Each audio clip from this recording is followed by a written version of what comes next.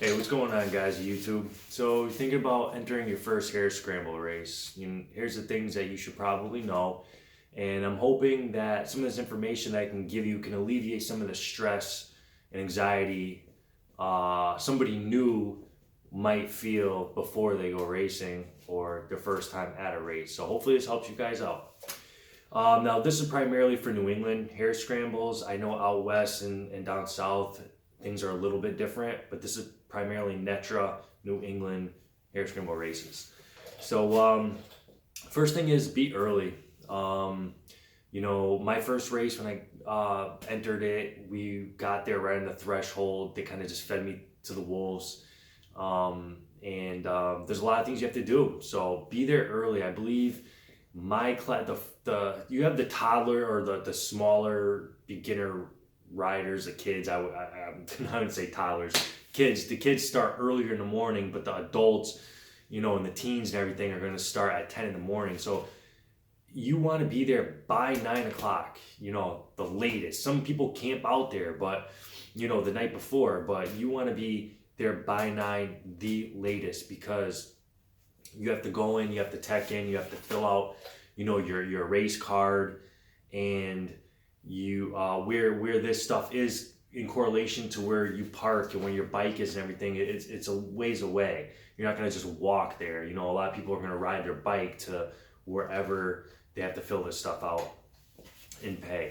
So your first time racing, I believe you're gonna spend close to $100. You need to buy a transponder, which tracks your laps, goes under your visor. You're going to pay for your day pass for racing, and then you're going to pay for parking. And I think if you're not a Netra member, you pay another fee. So I think there was 2 fees. I forgot what exactly it was. And you have to pay for parking. So I believe that's one of the ways that the landowners make their profit. And for that, I think you need cash. I don't think... I think for paying to race, you can use a card. Not 100% sure. I've always paid cash. I've never seen anybody use a card, but I'm pretty sure they have like one of those iPhone mobile things where they can charge your card. But it's going to be about anywhere from $70 to $100 your first time racing. After that, or if you become a Netra member, you're just going to pay for the day pass to race, which I think is 45 or 40 or something around there. Okay. So the first thing you want to do is know your rules. If it's Netra, you want to go to netra.com. You want to know the rules of racing before you even show up. That's really important. So go in there, you got to have some kind of grasp of what hare scramble racing is. And I know you probably already do, because that's why you're thinking about entering one. So YouTube, kind of know like the gist of what's going on. It's not just like people riding through the woods. You got the arrows that you have to follow along with the track, because sometimes it's open. I can just give you, if it's one marker, one arrow, you have 20 feet on either side of the arrow that you can go to make passes or go around obstacles, whether it's mud, riverbeds, etc. If it's a double arrow, you have to go through that double marking, whether it's around a turn. It's just saying you have to go through it. You can get disqualified if you don't go through it. So make sure, like I said, you know the rules of racing before you even show up.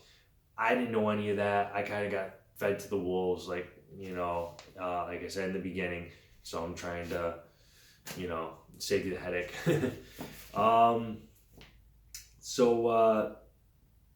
Starts are key. Stay calm.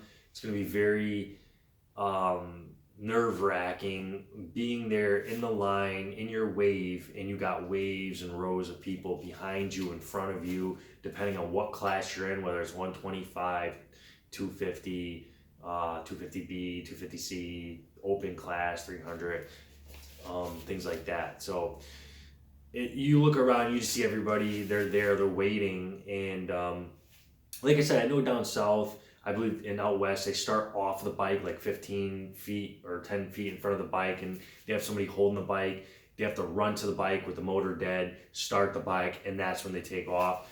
Here in New England, we get to start on the bike, and I think, I'm not 100% sure, but I think that's because a lot of our races start on the bases of hills, or because we're on ski resorts, or farms upstate New York where they're on rolling hills, so a lot of our starts are on hills, and nobody's really gonna be holding their bike still, and not everybody has a bike holder, so we get to start on our bikes, engines off.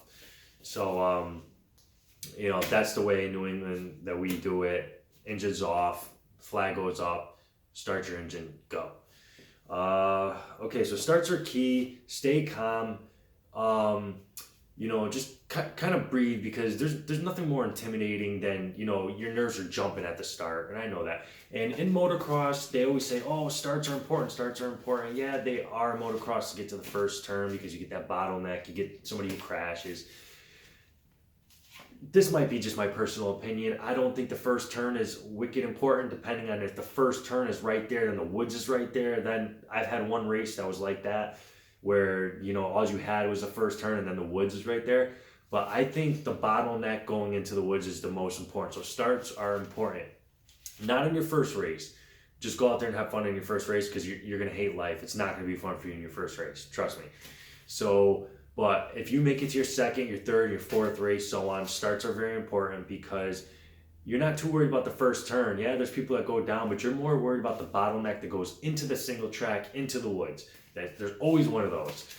So you always get one Goomba that fucking wants to fall, or two people crash, and it's a single track. There's only like one way in, and like I said, you're gonna be nervous. You're not gonna be a bully or a bulldog at first, which I'll get into that later. You're gonna be sitting there trying to be courteous or whatever, waiting for the line to go single file into the woods, wait for the guy to pick up his bike, and that's what you're gonna be doing at first, because you're not knowing really what you're doing. It's your first race. But the next race and the next race, you want to get ahead of that curve. You want to be ahead of those guys that are going to screw up there, or you just want to be ahead of that, because once you get stuck behind that, the next wave of racers is already there. There's I think it's 15 seconds or 20 seconds in between each wave, so you want to make sure you're in the woods, you're in the shit before that next wave hits. Very important, because you can lose a lot of positions if you're not. Okay, so let's go. So let's go into our race call, and why I have conflicting feelings about pulling over for people, and who I pull over for, or I shouldn't say pull over, who I let by and who I don't. So race call in hare scramble racing is basically your call, whether screaming. I can't do it right now, I'm just getting over being sick. But you'll scream to let somebody know you're there. If I come up behind you and I'm faster and I know it, I'll give out a holler in hopes that you're going to hear me. And respectfully, you're hoping that person will move over for you, because I may not be in the same class that you're in. You might be in the 125 class and I'm in the 250 class. So I'm not racing against you, essentially. I'm racing against the people in my class. So basically, it's I don't even know the word I'm looking for, but it's a respecting, I guess. So who the people are that are in your class and who are, at first you won't, but you'll get it as you race more and more. If you get somebody flying up behind you out of nowhere, that guy is not in your class, and let him go by. If and this is where it's conflicting. You get a lot of snot-nosed kids that have been racing since they're 4, and yeah, they're fast, but they will ring the piss out of their engine until it sounds like it wants to blow up, or they'll be screaming on the top of their lungs,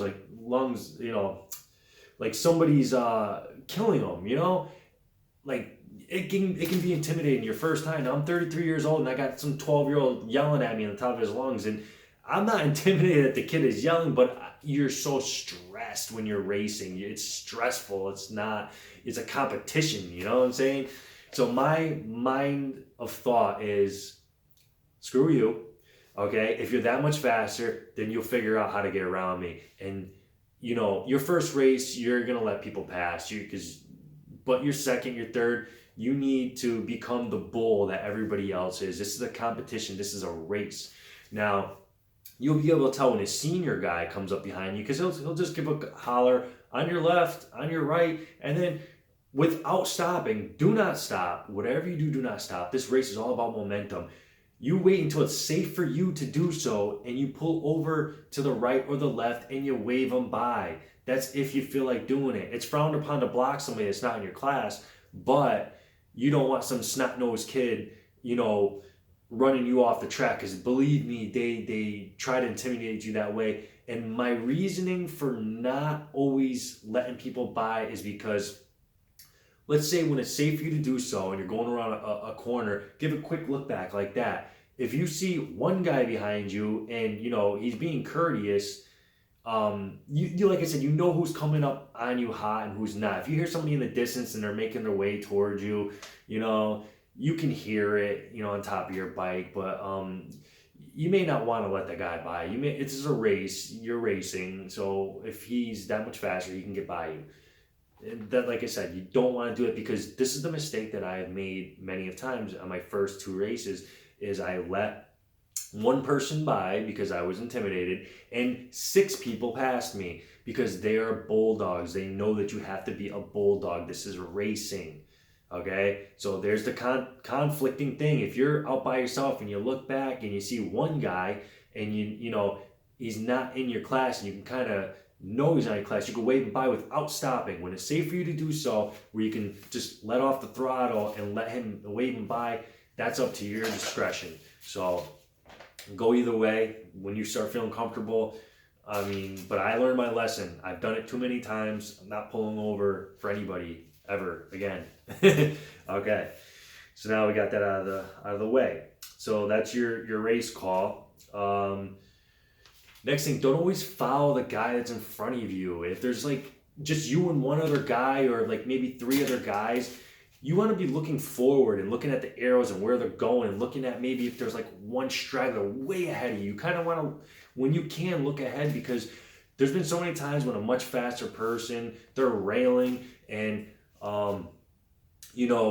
hairpin turns come up all the time, and they're not always marked. There's not always markers with arrows on trees, because sometimes there is no trees to put arrows on. So they have caution tape with stakes. They run those stakes down with the caution tape. You have no idea where you're going. So what ends up happening is somebody just guesstimates where they're going. They go off of the beating path where they're supposed to be, because what happens is the junior races before you have a different track set up. And then when the double A's and the B's come out, they have a different track and different sections that they set up. So you will see the tracks, you know what I'm saying? Like, just, you may not be on your right track, but you may be on somebody else's race's track. I can't explain it. So that's where you may find yourself, and that's cutting the course, and you'll get disqualified. So don't always rely on the guy that's in front of you. Kind of have your own mind about this, and do your own due diligence, and kind of look ahead. Just don't look at the guy's back fender that's in front of you. I've never got caught off course where I got disqualified, but there was a couple times where I was too concerned on looking down at my front fender or looking what's in front of me, because rocks and logs pop out in front of you. No, I'll save it for another video, but look ahead. Just make sure you're looking ahead. So that's that. Remember, again, be a bulldog. If you see an opening, take it. If you see an opening for a pass, take it. Don't be scared. Especially when I talk about that bottleneck that comes up in when you come up out of the first turn, you're going into the single track. Sometimes when they bottleneck, I remember this one specific race. It might have been my first race. There was the bottleneck into the woods. Now I sat there for good 45 seconds, waiting for somebody. Fell right there in the middle. People are running them over, and I'm there waiting, behind the line. I let all these people pass me, and the next wave came. Sometimes even if there's a little opening, everybody takes it. They bulldog their way through it, and you're going to learn that, because that's how you keep positions or make up positions, and hanging back is how you lose positions. And like I said, this is a race. I'm not saying kill somebody over it. That's not what I'm saying. Don't be running people over. But let's say sometimes there's on the main path, there's a down log, and you'll get a lot of guys, like, you're already gone through the mud, and you've already gone through this, and everything is slick. They're getting messed up on the log. They're getting hung up. So now they got a bottleneck there, but they got a way around it, but it's longer. and it's more narrow. Sometimes, you know, any opening way that you see, I mean, it's a strategy. You know, you have to learn. You have to strategize, and your mind it starts to really think fast. And that's another thing I'm gonna bring up at the end of this video. So again, be a bulldog. Maybe not your first race, your second, your third. You want to progress and start being more of a go-getter. Take opportunities. I've took, you know, especially my last 2 races that I've done, I took a lot of opportunities and they paid off. They don't always pay off, but you know, it makes you a better rider.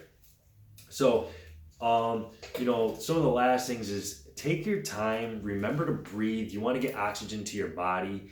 You don't want to get arm pump. My first race, I had a wicked arm pump, and I felt like my arms were going to fall off. So you want to breathe in deep, take your time, relax, especially after the first lap. All hell breaks loose. Everybody's full of piss and vinegar on the first lap. If you make it to the second lap, most people don't even make it to the second lap. You can start to let off a little bit, breathe, get that oxygen flowing, you know, and don't hold on to the bike so tight. You know, any straightaways that you see, loosen up, you know, loosen up your arms and grab more with your legs, because you want to alleviate that arm pump, because you're going to find yourself not being able to shift, and you with whiskey throttle, so much easier with arm pump. I learned that. So, you know, guys, just take your time, breathe, try to have fun. Your first hare scramble is not going to be fun. I promise you that. You're going to think to myself, if you even finish the race, why did I pay all this money to beat the shit out of my bike, to beat the shit out of my body? And it's the hardest thing you'll ever do. I'm in shape. It was my first race. I thought I was going to die when I finished. Let me give you just a little information that I've entered and completed 4 hare scramble races in 2018. That's when I started racing. I'm going into 2019 with a new bike that you see behind me. I started racing with the KTM behind that bike. So I'm excited to see what this, you know, how I'm going to do with this new bike. So now that I've completed my 4th race, I am like much more confident. I feel like I'm a much better rider, and this is what I'm going to get to. Hare scramble racing, your first few are going to be very tough. It doesn't even matter what place you come in. If you can finish your first race, pat yourself on the back, because a lot of people don't even finish the races ever. So it doesn't matter if you post, you know, or you know, the top 10.